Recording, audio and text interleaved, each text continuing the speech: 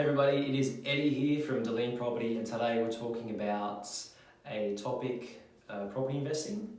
The topic is the emotional side of buying property. You know, what are the emotions like after you buy your first investment property, or it could be second or third or fourth, but yeah, there's lots of difference that we'll just talk about, I guess, because it's not many people do discuss it.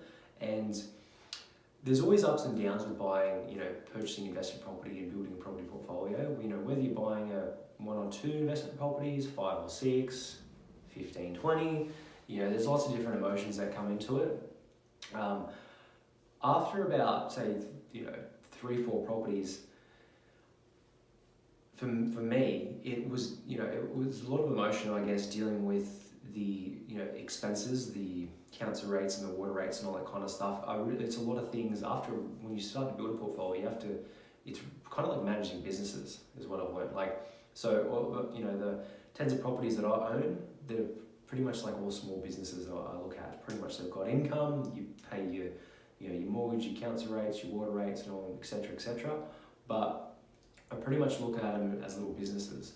And after you purchase your first one's always, a good experience, but there is always going to be things that do come up, and emotions obviously come up. But I guess it's important not to allow emotions to take over. You have to, for me, I've always considered my property investing like as a business. You have to look at it. I try to take as much emotion out of it as possible.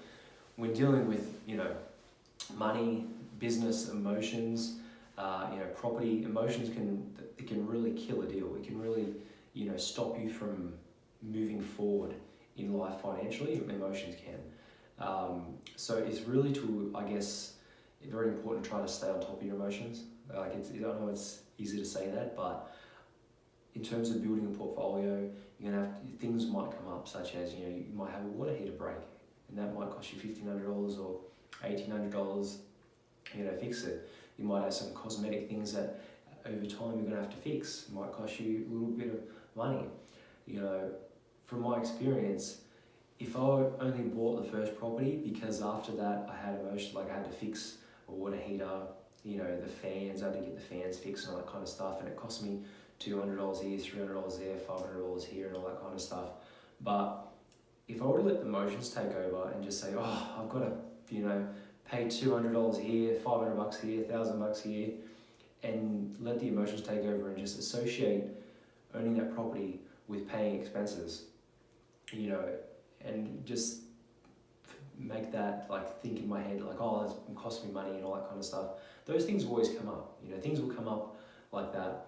You might be very lucky. I've been very, very lucky. A lot of my investing, career, I guess, I've had, some good luck, and then I've had, months where water heaters are broke, and then, things have happened, and something's broken in the house, and then that has to be fixed, or the tenant breaks the lease or whatever. So things can come up. So it's something to make sure, I guess, that you have a buffer in place. Try to have a bit of a buffer.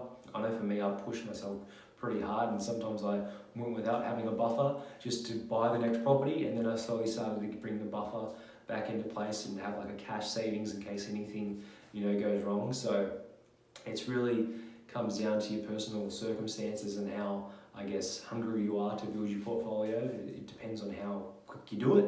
For me, I was always very, goal orientated. I wanted to move forward as quick as I could and get to the next property. So I pushed really hard and, did some questionable things. But yeah, it really comes down to, I guess, controlling your emotions. And if I were to stop after that one property that cost me $500 or $600 here, or fixing, small things, and I didn't buy any more property, then I wouldn't be in the position I am today. We're owning a lot of property, and they've all grown in value, and the rents have consistently gone up as well. So I guess the point is, I'm trying to say, you shouldn't let the small things, you shouldn't sweat the small stuff.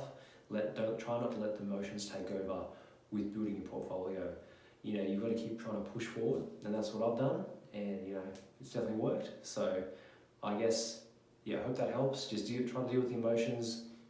You've got to have small things that come up over time, bills that come up, unexpected things happen, but you've got to keep pushing forward to try to get to the next property and keep growing from there. Keep always trying to get to the next level. So I hope that's helped. Thanks for watching, guys. I'll catch you next video. Bye.